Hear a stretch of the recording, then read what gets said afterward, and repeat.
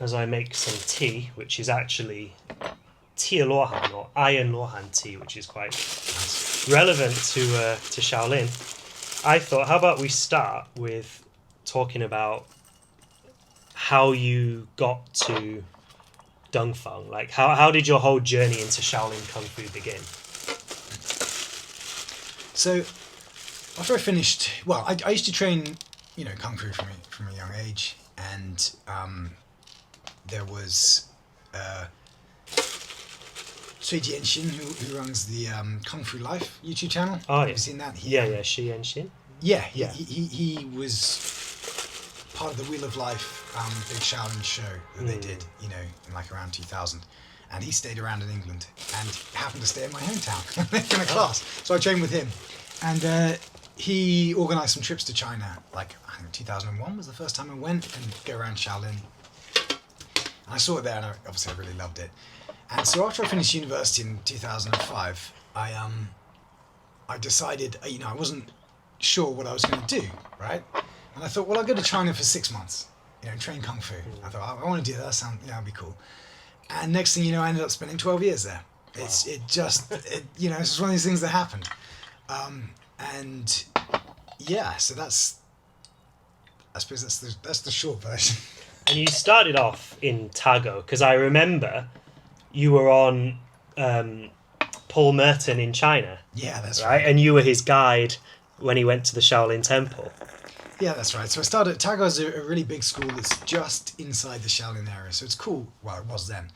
So it's cool if you stayed there because you're inside Shaolin, so you can just wander around the mountains. You're inside the sort of ticket area, right?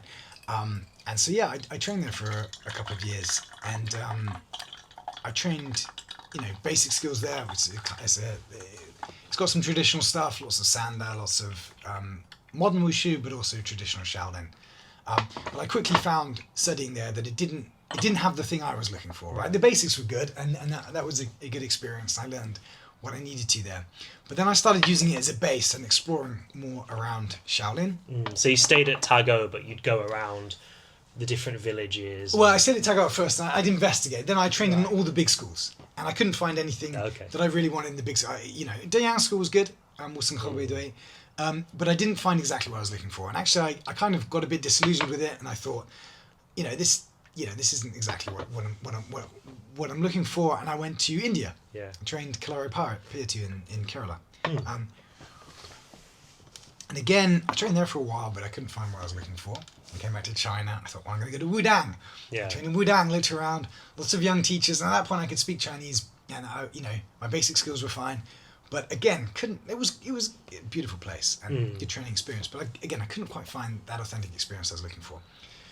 And then I saw this video of this monk in Kaifeng, Xu Yongwen, and he trained in the 60s and 70s in Shaolin, and he'd written a lot of books on it. And he had this school in Kaifeng, which was just a room like the size of this one, a hole in the wall, where he did his calligraphy, and he sold calligraphy. And like 3 students, and so we just trained on the street outside his shop in Kaifeng. But that was great because it was suddenly a much more authentic experience. Yeah. He trained in Shaolin before it became popular again in the 80s. So his master was Shuddagun, who was very famous. Wow, okay. And he trained with Wu Shaolin once as well. For power training Shiniba, and he knew everyone. And his father had been a very famous martial artist in Kaifeng. They trained all throughout China and into in the north, and so I trained with him for a while, and he told me a lot about Shaolin, and and I suddenly realised he was this great source of knowledge, right? 3 students, hole in the wall, right? And I was like, okay, maybe maybe I don't have to go to these schools. Yeah. Well, I'm kind of going to the schools because I think that's kind of what you're supposed to do, but maybe I can literally just go and find the old teachers and and it turns out you can, or you could then. I could just turn up to old teachers, and they didn't have anyone. People like to say they trained with them, but no one actually currently trained with them. Yeah. Right? And you could just go up and train with them. And so at that point, I went back to Dengfeng, and I knew what I had to do. And I started going around, instead of training in any of the big schools, I started going around where I knew old masters were to their villages. And then I realised a lot more about Shaolin, that all of these villages, Shaolin Temple is the most densely populated area in China. It's got 100 temples in Songshan, and hundreds and hundreds of villages, and some of these villages have trained Kung Fu for hundreds of Yeah. years. So like, for example, one of my master's villages had 5 training halls in the village, all with the dents in the floor, like the Shaolin Temple. Wow. So it was an even bigger training area than the Yeah, Shaolin Temple, yeah. right? And so they trained for hundreds of years. So actually, it turns out that Kung Fu is extremely dense in this area. Yeah. And there are all these old, crouching tigers and hidden dragons, right? Yeah, Hidden talent everywhere, yeah. everywhere, and you can just go and train with them. And that stuff in the villages, is really authentically passed down. It hasn't been broken. It's a continuous kind of lineage, and it's true that it's the Kung Fu of the village. But because it's been like 10 miles from Shaolin for, and trained for like 600 years, it's all the same stuff. It's the same form, the same names, but often a lot of additional material and trained more as a martial art, and and so this is kind of was my way into it. And I started training in lots of different places, and I spent 9 months with this one master.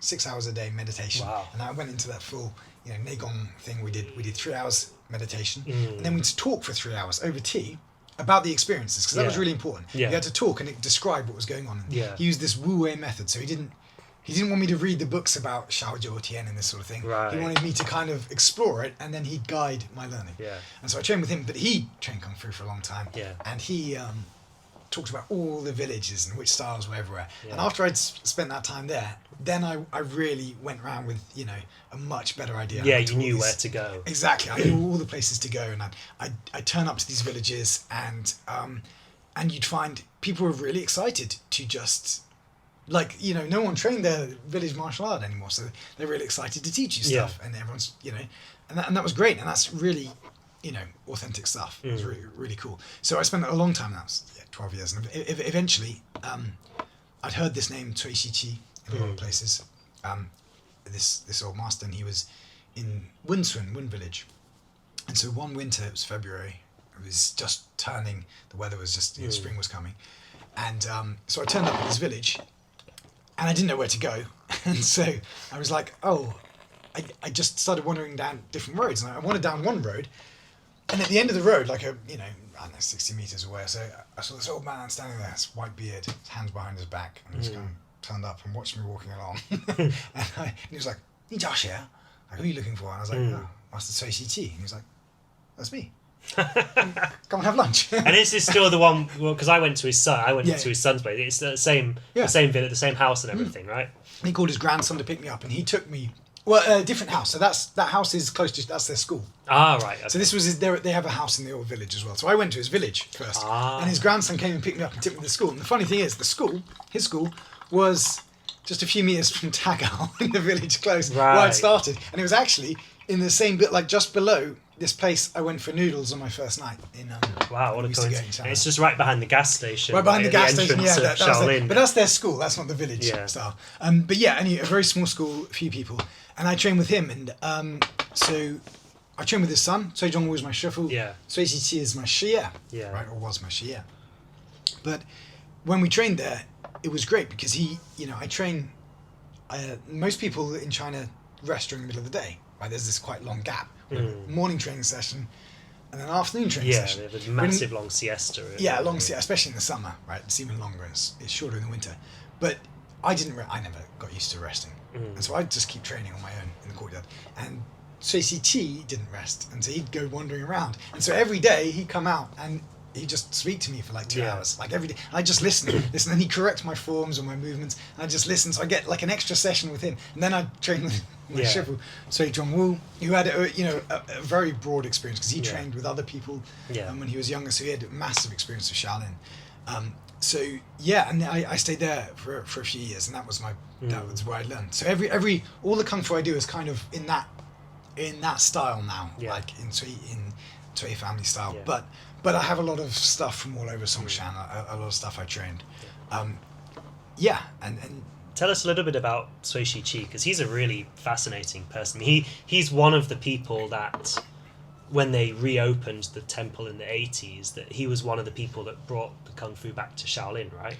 Yeah, so at first everyone wanted him to, and he was really, he didn't want to teach. He thought it was kind of like almost a trick to get people to expose themselves, like Right, martial yeah, artists. So he didn't like until quite 100 late on. Flowers movement. Exactly. In the So he Mao actually- era, yeah. He really ignored it for a long time, and stayed hidden. But then he did open up towards the end, and they had a school next to Shaolin Temple.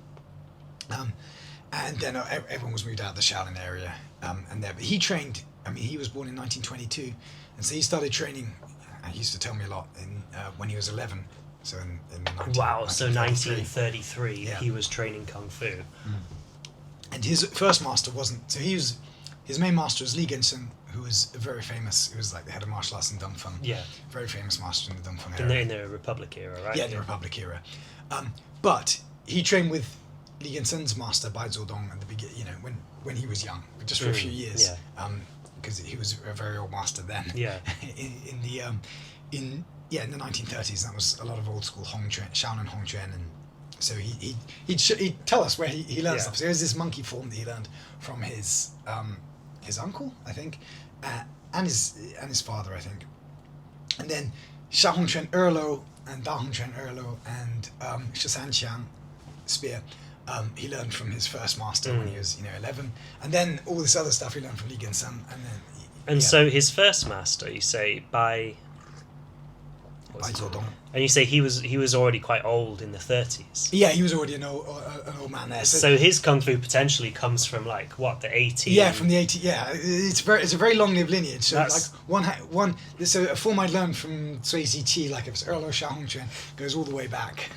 Just once removed from before the Boxer Rebellion. That's exactly. It's crazy, isn't it? To think about, these things are still, especially when there's such a kind of narrative out there that everything's been lost and that all of the Shaolin Kung Fu now is modern and it's recreated, and yet here we have people that were living. I mean, Sui Chi passed away in what, 2012?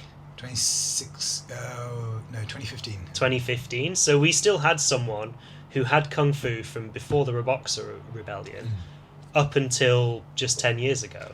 Oh yeah, exactly. I mean, there's such a huge tradition of stuff there. There's loads. There's masters in lots of the villages I went.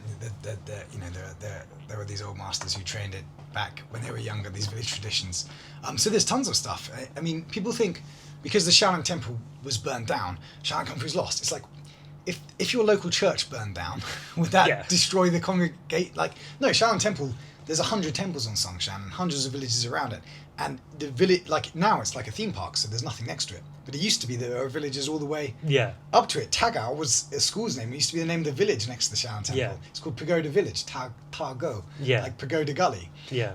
And so when the Shaolin Temple burned down, it's just people just walk 100 meters to their home. Exactly. It's not some and these things have been trained for hundreds of years. They say in these villages, so nothing's lost. It's it's a very bizarre. If you've gone there and you've been to all these places, it seems really odd to think that would happen. It's just because there's a lot. I've seen. This is kind of what I just want to set the record straight with here, because I see a lot of talk about how I think apparently when Jet Li went there in the 80s to film the Shaolin Temple, supposedly he said in interviews that I went to the Shaolin Temple when we filmed this movie and there was no kung fu there, it had all gone. But I suppose the question is, was he really going out and around and being an actor from Beijing, a movie star? Were people really open? Like, there's so many sort of unknowns. How much did they even film at Shaolin Temple? Like a few external shots. No, and there were lots of people who trained there in the 70s, and there were people there in the 80s, but it wasn't a large. It wasn't like it was in the Ming Dynasty, 1,000 monks outside training. Yeah. Right. It wasn't like that. But he wouldn't have gone to the villages, and also people wouldn't show things. Like I said, my teacher even then in the 80s was afraid of showing any martial arts. Like they wouldn't come out and volunteer to a movie crew. Yeah. Because things were still waking up then, like Kung Fu and Wushu. I mean the Cultural Revolution is a fresh memory. Exactly. So there was a lot. It's just that there wouldn't have been a major active tradition in Shaolin Temple. Although I know people who went and trained outside Shaolin in the 70s, and they, like I said, my master in Kai Feng, they did. It just wasn't that massive industry that it is now, and that it was in the Ming Dynasty. But another thing that's important to point out is that the idea of Shaolin as this quite commercial place teaching a lot of Kung Fu, that's not new. It was always like that in the Ming Dynasty. There's explicit stories of how people would go there to train Kung Fu for 10 years, and there was like 1,000 monks training outside, and the description of these in books. And there was lots of complaints of monks not acting very... And there was a whole... I forget which emperor it was. It was, I think, in the early Qing, but he even made an edict, like, basically like, closing down the small shrines around it because, you know, they were basically harbouring criminals and con men and all sorts there is, of I've read it, individuals. It was Qianlong or Kangxi, I forget which emperor, but... It's on, there's a record of Jin Shi, like metal and stone, like inscriptions around in Dengfeng in the 1700s, and it has like one of, like, there's all these island temples. Yeah. Close to the Shaolin Temple, like little, tiny little one-house monasteries in the mountains. Yeah. It's like they're not following the rules, it's saying, and so it closes them down and brings everything inside Shaolin's walls again. So that was the.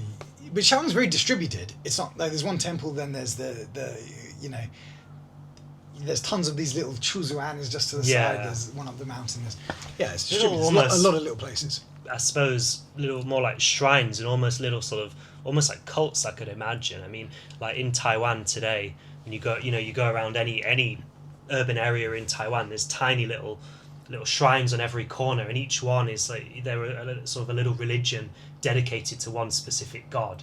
And I imagine there's probably something quite similar throughout this area. And you know, maybe they said they were Shaolin monks or whatever, but it probably wasn't necessarily orthodox Chan Buddhist practice, right? It was probably quite what's the word I want to use? Heterical? But yeah, quite possibly. Yeah. I mean, I think it's kind of like you say, it's like almost a little get-out clause, a little escape. Yeah. Like a lot of people wouldn't have respected monks in the old days because they weren't. A lot of people became monks because it was maybe a way to avoid prosecution or execution or other things. They weren't always going to be these really, you know, scholarly monk-like people. And so and especially in this very distributed, very martial area like Shaolin, it's there was obviously a lot of that going on. One thing I remember you talking about is a lot of the folk religious practices around the area were, there was various practices connected to Jinnalo, which I think is really interesting. Maybe first of all we should just clarify who Jinnalo is, and then talk about the worshipping of Jinnalo, because that's a fascinating thing that's not really talked about. Absolutely. So Jinnalo Wang is like an avatar, I suppose, of Guan Yin. And you know, one of his manifestations, but he's the story of this old monk who no one knew his name, and he was fire stoker. So typically we think of in the there's a giant pot in Shaolin. They've got to cook for 1,000 monks, so they cook all the food at once in this giant pot, and you stoke the fire. But the fire is also used, like, I'm not 100% sure that's the only meaning, because if you've been in Buddhist practices, or especially in China, they stoke fires that they used to burn wishes, as you know, like you write. Oh, like the spells? Sort of yeah. Right, on these like yellow, these paper, and you burn them, and your wishes and your things, and the fire stoking is for that. There's a furnace going, so he's stoking the fire with it, and he's got this iron fire with this fire stoking staff, and he's all covered in soot, right? And so he's this stoking the fire, and at one point the temple's under attack, and he throws himself in the fire. And emerges as this kind of giant deity standing between the two mountains, and scares away the enemy, right? And so he becomes the guardian deity of Shaolin Temple. But there's similar images all around China of this staff wielding kind of temple guardian. So there's obviously lots of mixed stories, and he's like, is he Kinara from, there's lots of Jinnalo Wang as a transliteration of this other deity, and so there's lots, there's a lot of different stories about this, and they called him Nonoye, like grandfather Nor. Nor is like this in the villages, and there's all kinds of different stories, and there's too many, but they have often a statue of him. And we have his posture, like my Shia tells me that before the temple burned down, there's this large statue of Jinnalo, and he's in a very specific posture, which they've kind of lost, but he shows me that posture, and that's the posture that we end a lot of forms in. It's a bit that Zuoshan posture, but it's a bit smaller, so I have it on, actually, it's like this, 1 foot's up on the mountain, it's here. You're out of shot completely, but I think we've seen it in videos. Yeah, it's actually one I have on my logo of my channel. Yeah. It's like, yeah. And that's the staff wielding, that's Jinnalo, Yeah. Jinnalo's martial stance. And so they worship him and they have statues of him. And I remember my teacher telling me when they reconstructed the Jinnalo statues in Shaolin Temple, that he was like, they made a mistake. They don't understand it, because what they did is that they put the training hall behind the statues. Right. He says Jinnalo Lohan has to look he likes to watch the training. Yeah. So you have to have him facing the training hall. You can't Yeah. have, or the training hall in front of him. You can't put the training hall behind him, to the side of him. That's no good. He's got to oversee the practice. He's got to oversee right? the practice. Yeah, that's what he. Yeah. So yeah, there's little things like this, and that's a lot in the villages. They often have a statue. He's the local guardian, and there are all kinds of weird cults with this. But yeah. What was the other thing I was going to ask? So regarding the actual practice of Shaolin, because obviously it's I think a lot of people misunderstand. They think Shaolin is a style, but it's just a whole collection of various different styles. But there still is kind of a core to it. Yeah. Like what would you say that core is? Like what makes something Shaolin Kung Fu? Yeah, that's an interesting one, because, like you say, like hundreds of villages training Kung Fu for for 1,500 years, if you include all the weapons practice from the Tang Dynasty, maybe 1,200 years. In this particular area, like Shaolin's spread all over China, because as I say, Shaolin Temple, had people from all over China training, 1,000 monks training outside, so its methods spread everywhere. But when you see Shaolin in other places, they look really different. If you look at Shaolin you can see the same techniques, but the forms don't follow the same patterns.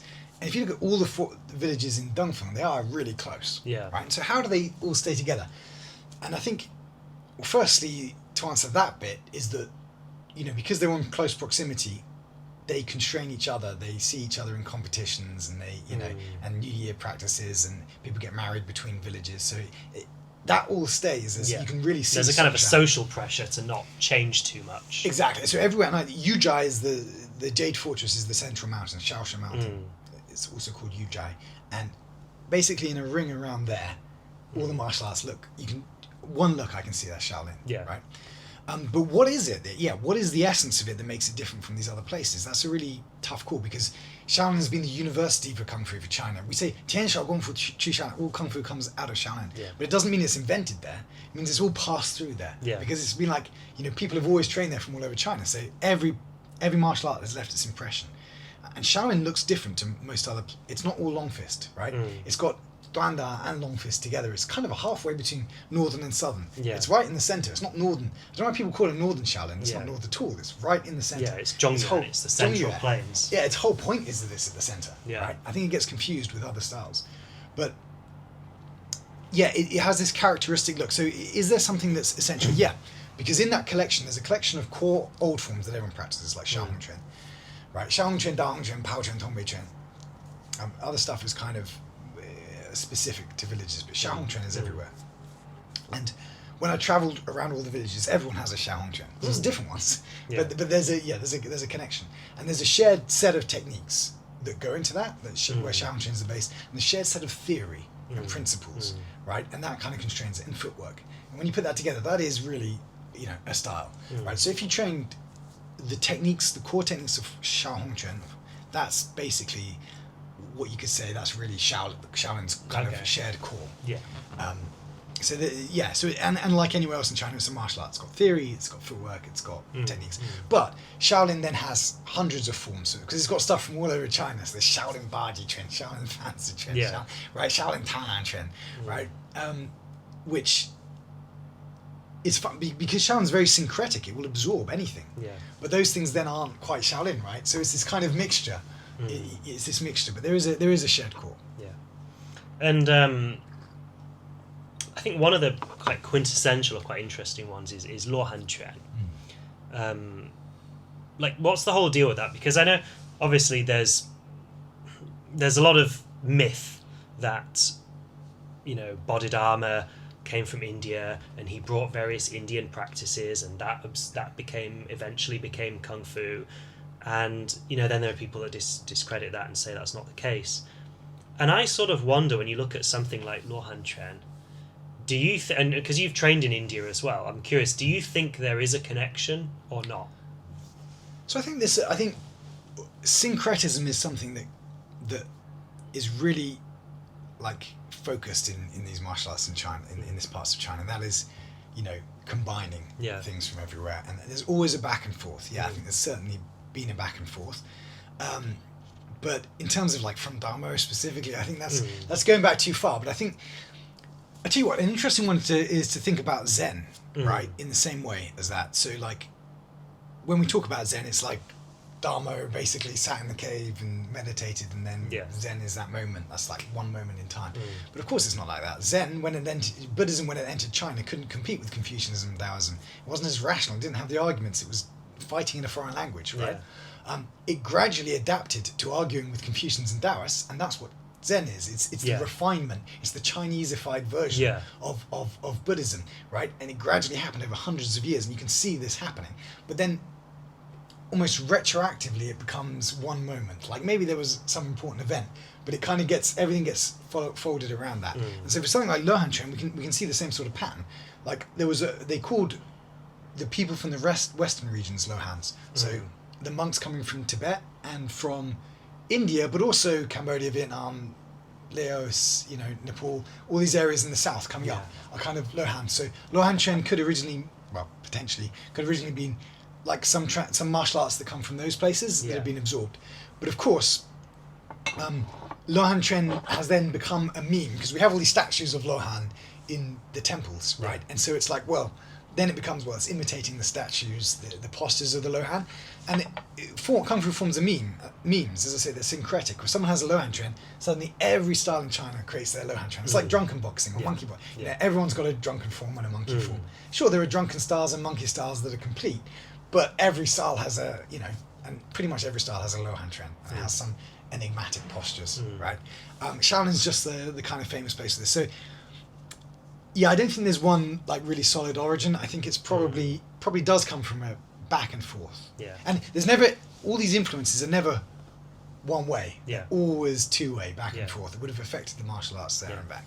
I just think it's something that we can't immediately discount because there was massive movements of people back and forth on the Silk Road, and and most of these people that were coming from India, Central Asia, Persia, all these what were mostly Buddhist lands at the time, they were coming along the Silk Road and they were pretty much ending in like Xi'an and Henan, right? These were where all the ancient capitals were.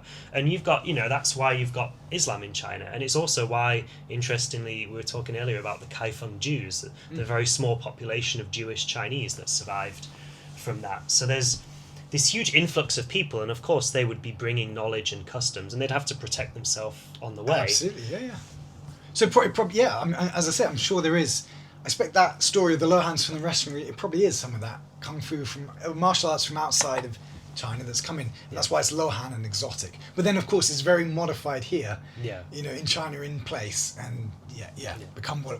The Lohan Quan we know is a very Chinese thing, right? But I think it probably is this influence. It's made me think a little bit about some of these very strange postures, particularly in Lohan Quan, but also in other forms. Some of them do seem almost yogic in appearance, and I wonder if there is some connection between some sort of Buddhist, not necessarily Kung Fu, but some of the Neigong, or if they had some sort of yogic practices at Shaolin. I don't know if you've encountered anything like that that's different to Taoist, sort of Qigong, something that seemed very Buddhist and would seem to perhaps have an Indian origin. Definitely. The Lohan especially has the postures that you see in the temples that you see in India, and especially in Tibet, in the the Tibetan Buddhist Vajra, Jingan, thunder, deities of karmic retribution, right? There's definitely an imitative part of that, and some of the Lohan forms, like old Lohan Shabasha, is very meditative, and there's Tong Zagong and all these things with these odd postures.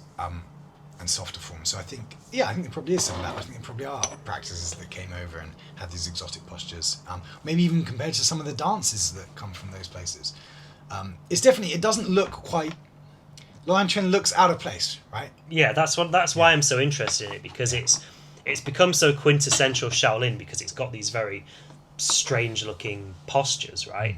But it's actually so different to all of the more common Shaolin forms like Hong Chen and Tongbei and everything, which is why I was interested in asking about it. Yeah, I expect the kind of old story that it's from the influx from the West is probably partially true. Yeah, but then it's they grabbed hold of that meme and exaggerated it, right? And so it appears everywhere in China now. And the other one I thought it'd be interesting to ask about, because this is something that's been getting a lot of talk in recent years on the internet, is Shiniba, Shaolin Shiniba. Tell us a little bit about what it is. It's a really difficult one because Shiniba is like, so we have this Shaolin Junchuan manual that a lot of people in like my old Shia could remember it and just to say it from memory. Yeah. You know, and this manual has a lot of overlap with old Liu manuals that go back, quite a few hundred years, and we can see there's quite a lot of them that have survived around the place, and you can see a lot of overlap. But there's some unique things to the Shaolin one, and so really, like centrally, we've got this document, right? And there's tons of Shaolin theory from lots of different sources, but there's some very specific theory about Shiniba, about Shaolin Shiniba, and so at the core is that, like, applying that theory is practicing Shiniba, right? But of course, Shaolin being what it is, there's like Shiniba that could have come from hundreds of years ago in Shaolin, but then in the Republic era, there's such an influx of other martial arts in Shaolin that there's certainly some Shini from other places that would have come into Shaolin. So it's very hard to separate what is kind of core Shaolin Shiniba practiced for a long time versus what is maybe Xiniliu Republican or something else that's come in more recent times. And which makes it, and something that makes that even harder is a lot of those styles don't exist anymore. Not all of them survive to today. Like the number of Shini styles that exist now are not the ones from the Republican era. Yeah. Right? And so, but when we look at the forms that, there are some techniques, as I say, it's a body of theory. There are some techniques specifically associated with it, but they vary from school to school. And if we look at the collection of them, they are quite unique. They're not like Xiniliu and they are but they also appear in like hundreds of in many of the Shaolin forms. Right. So you see some very standard, like there's a collection of common techniques. So you'll see techniques like Shuanggu, right? This technique, which is a bit like holding a saber and spinning it, right? And as a guarding move, Shuanggu, double attend, and you'll see techniques like Huai Mao Lan, lifting a basket on your arm, and you'll see Guo Chen, right? Like what we often call Wujin, and then we'll see, Wang Mei Jian. Yeah. And these are all done as single. So Shiniba's not forms; it's line drills, isn't it? It's single techniques. Well, that's the interesting thing. Like, they're not in the manual, so the manual is just theory. Yeah, it's theory, and there's bits about Wang Mei Jian, maybe like this, the main technique that we use a lot, like Liao Yin and hit the eye. So there's some information in there, but it's a bit hard to identify then what is, because different schools pass down different things, and so typically, if you're learning it from a teacher, there are a collection of individual drills, right? That you'll practice. There are forms, but again, once you've formified it, have you destroyed it slightly?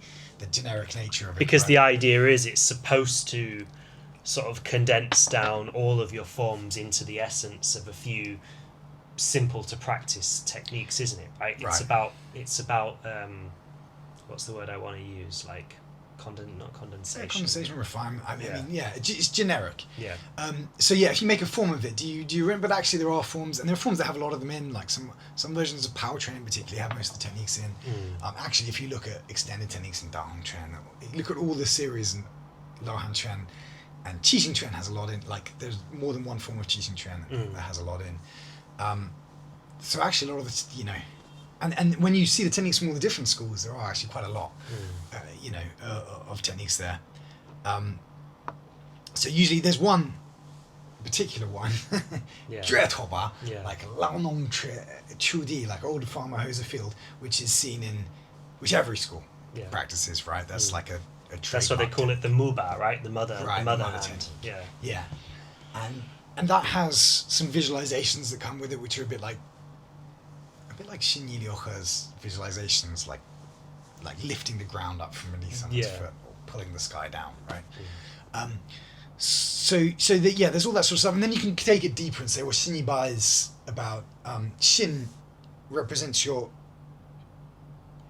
Shin in China is a very difficult word to translate. It means heart, but it also means it's psychophysical. It means your mind, right? And historically, people have placed a lot of functions of the mind in the heart, right? But the heart is kind of like the mind as a whole, with the body, the whole system. Whereas Yi is the specific focused intent. So the Shin in this sense is intuition, right? And Yi is intention, like your conscious intention. So Shin Yi Ba can also be considered as like, how do you bring your intention aligned with your intuition? And vice versa. It's not that you're controlling your intuition with your mind, that's the wrong way around, or your intuition's controlling your mind. How do they want the same thing? So it's that you can take this angle on it, but also Ba is a name handle for techniques. So Shiniba typically could just mean a collection of specific techniques. And indeed in Henan Shinilyoka Tren, Shiniba is a collection of about 12 techniques. Well, Ba seems to be a term that's only really used in Henan martial arts, and it comes up in Shinilyoka a lot, Siba, right? And then they don't call it, like in Mantis and a lot of other arts will call it shou, like hand or quan, fist, or zhang, palm. But Henan they use ba, which grip. Is to grip, to seize. So like a lot of old forms are called like Trei Ba Shi. Very boring name, Trei Ba. Like hammer, handle. But that's the name. Trei Ba is the name of like an individual technique. It's a measure. A bar is a measure word, right, for a technique. So Chinese uses measure words in a way that we don't in England for everything. So it's a measure word for it. So actually, Shiniba, if you're looking at Henan martial arts terms, really should mean a collection of techniques. Right. And there is in the manual a 12 main techniques, but again they're not clearly listed, right? And so there's a collection of them that we typically associate, but a little bit of variant schools. So it's a very awkward one. But also, there are some, most of Shiniba seems to have been passed down by Wu Shanlin, a very famous master in the Republican era. So really, that's kind of the canon version in his ancestors. So Wu Nanfang has a school, and that's that lineage. So that should be, I suppose, the canon version of Shiniba, right? And so for us, we talk about Shiniba, but it's not like the central part of our style, right? If you see what I mean. We call it Rui Shiniba, but it's not. So for them, it's like the central part of their style. So that's probably the best, And then, that's probably one of the best sources. But maybe that's what Shiniba was like, most undiluted. Shaolin Shiniba. More the Wunanfang, Hujiang Sheng. That sort of side of things. Exactly. But as I say, there is more in Dengfeng and from others, in the Nanyuan and other schools. But it's very hard to take out from it the influence from the Republican era of lots of different martial arts entering Shaolin.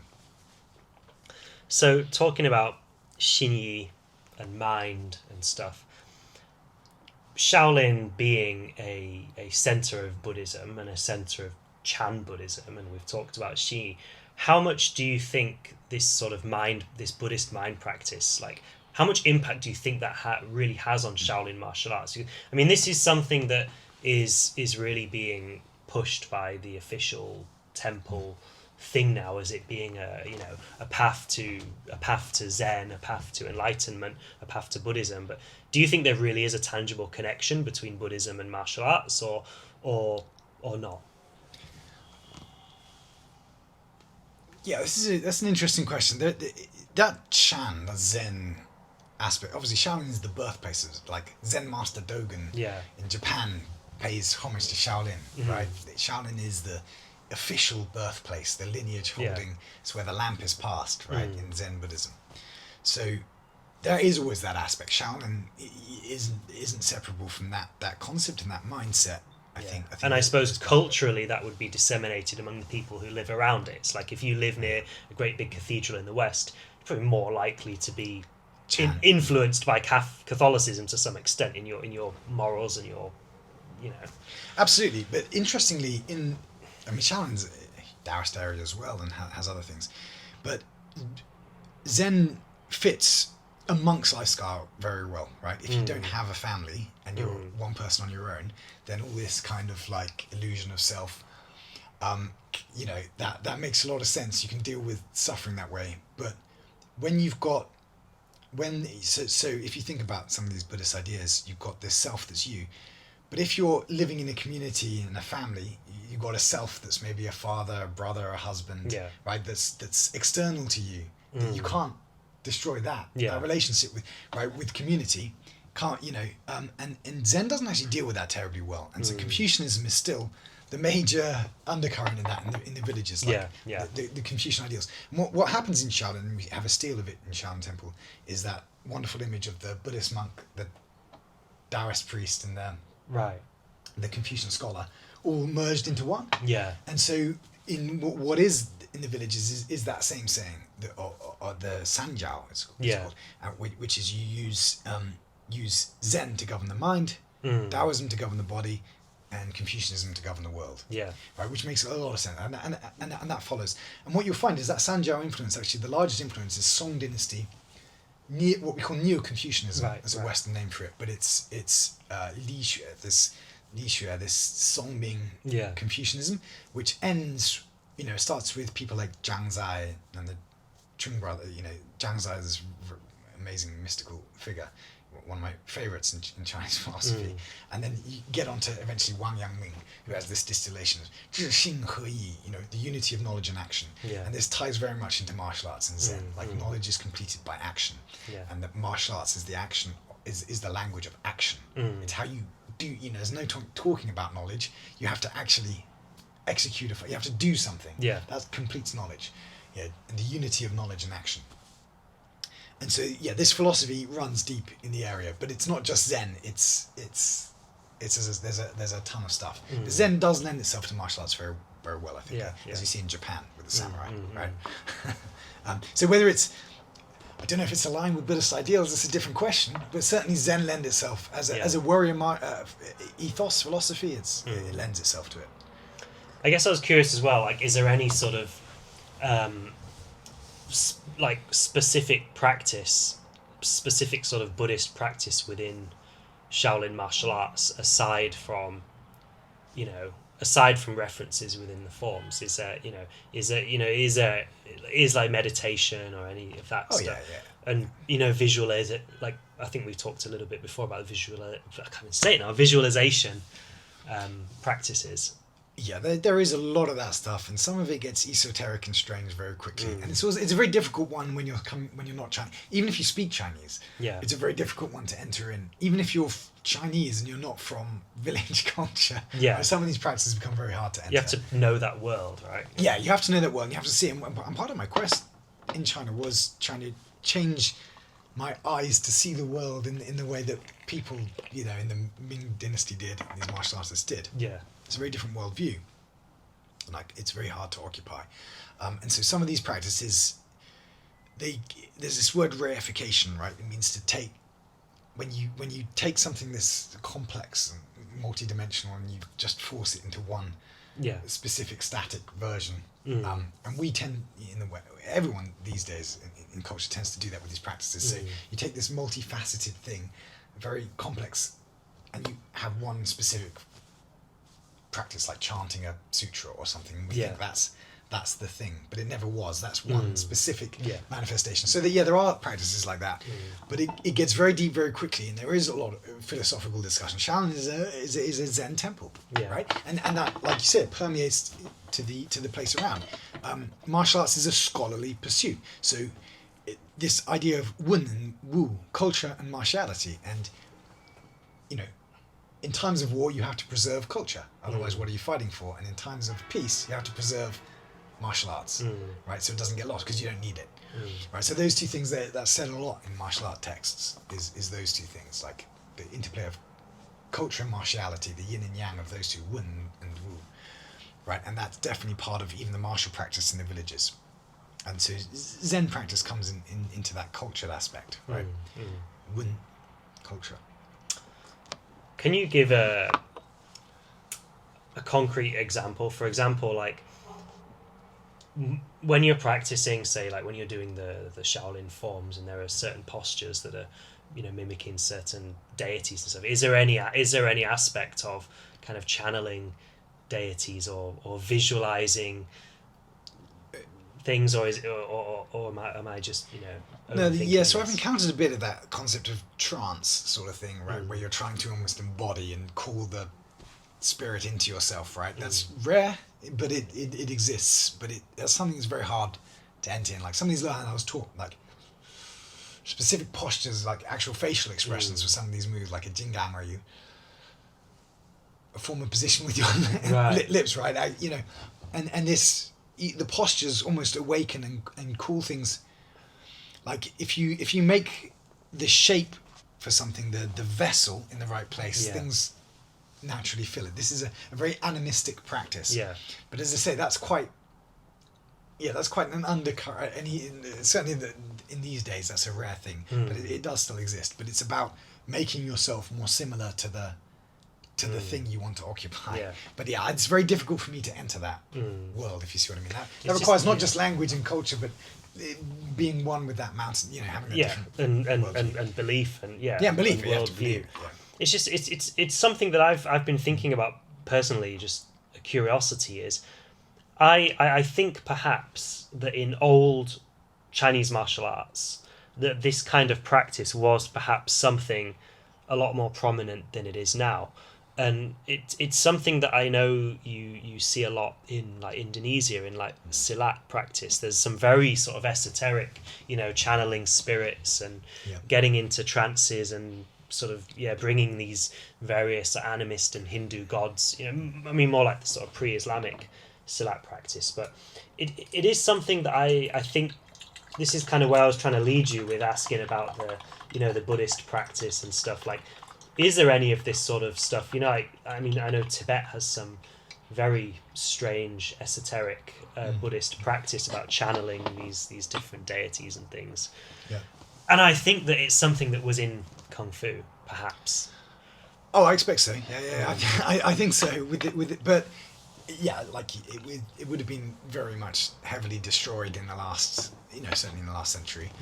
But there is certainly during my meditation and interaction with people who are very into that layer, that Shaojiu, there are Taoist thunder magic where they construct these very elegant, newly constructed characters with the thunder symbol in them, and you burn them or you stick them places, and specific herbs and the way to investigate the world, so you can see by the shape of something what effect it has on the there's all these weird practices with medicine, herbs, and people going into the mountains to find these very specific herbs, and all integrated with these spells, with these characters, with these writing the characters draws the spirit to it as well, right? So but and there definitely is a lot of that, but I think I've seen bits of it, but it was very hard for me to absorb because as I say, it's not even language. It's a very strong barrier but I really wanted to understand that world, and I spent a lot of time learning the philosophies of the time to try and understand that worldview. It's just it definitely is. It's a lot less, and you can find it if you find the. But there are still people that are doing these sorts of, because I know it's a big thing that you see in Taiwan and Southeast Asia in these temple festivals is people chant. I mean, when I was in Taiwan last year at the Mazu festival, I saw people, channeling various gods and spirits, and it's quite scary actually. It felt like they're tapping into something quite dark, like somewhere that you almost shouldn't go. Like I didn't expect beforehand. I didn't really think much of it, but when I saw it, I actually felt a little bit uncomfortable and a little bit disturbed. Yeah, some of the stuff is very strange and esoteric, and especially if you match it with certainly doing Shaojiu, like some of the meditative practices and sensations even moving around your body that are very real. I mean, this stuff is I think it's quite dangerous as well, because I think there's aspects we don't know about what it can do, what prolonged meditation can do to your brain, right? Especially some of these practices, especially if you're fasting at the same time, or eating specific herbs, this can change what activity is going on. So it's a dangerous and scary practice. And certainly the time I spent in meditation was weird. It was like that, but it's really hard to explain. And things my teacher talked about were like that. But it's kind of, you can't really explain it outside of that. Outside of that context. I get it. Yeah, it was odd. So my last question is, for people now who want to go to Shaolin and they want to find the old stuff and not just do the standard temple, wushu curriculum, what sort of advice would you give them? I mean, that's a tricky one, because the thing is, realistically, a lot of people going, they want to go for 3 days and take a photo with it. I don't think you necessarily should go to these villages to visit them for a day and take a picture. Like I wish I'd have taken more. This was 2005 when we didn't have the YouTube vlogging concept, and nice cameras, and I wish I'd have recorded more, but I couldn't. I think a lot of those old masters have probably already passed on by now as well, haven't they? Aren't there. And the places have changed. China's went through an incredible modernization over that period. So I kind of would say these places are, even now, they're difficult to get to. You have to speak Chinese, and you have to have a familiarity with China's culture. You're not really supposed to go to some of these places, and I would say don't go there just to take a picture with it. If you're serious about spending some time with these people and learning about it properly, you can just go up to these places, but you've got to approach it in an authentic way, and you'll struggle without a guide or speaking Chinese. I think you're better off with the bigger schools or some of the masters in Dengfeng at first, but just know that stuff is there and that you can ask about it, and that you want more traditional things, and you can look for specific village lines. But I think don't turn these places into a tourist attraction. I would say. You know what I mean? Well, I think that's the thing, is that there's, these people are just kind of getting on with their lives quietly, and as you say, they're very welcoming to people that have a genuine interest and are serious in martial arts. But I suppose you've got to have a baseline of understanding, you've got to be able to go there and say, like, okay, well, I know Da Hong Quan, and I'm here because I want to see your version of Da Hong Quan, and I'm interested in how yours differs to you've got to have good questions, and then they're going to welcome you with open arms, right? But if you just go there and be like, hey, look, I just want to take a photo with a kung fu master and do some moves, then do moves for 3 days and go go home, and if you I think exactly that. And if you're quite experienced, you've gone to Shaolin a lot of times, then it's probably a good fit for you. Probably not for your students, but if as a master going to them, and they do want to pass these things down, so that is worth getting in touch. Otherwise, they will be lost, right? No one's training these things. So there are some famous places to go, like Morgo Village is a particularly good one, particularly famous one. But like you say, be prepared, be authentic, and if you've got some experience, then maybe you can do it. Awesome. Well, thank you so much for talking to me, and I know people have been waiting for a long time to hear your story, so awesome.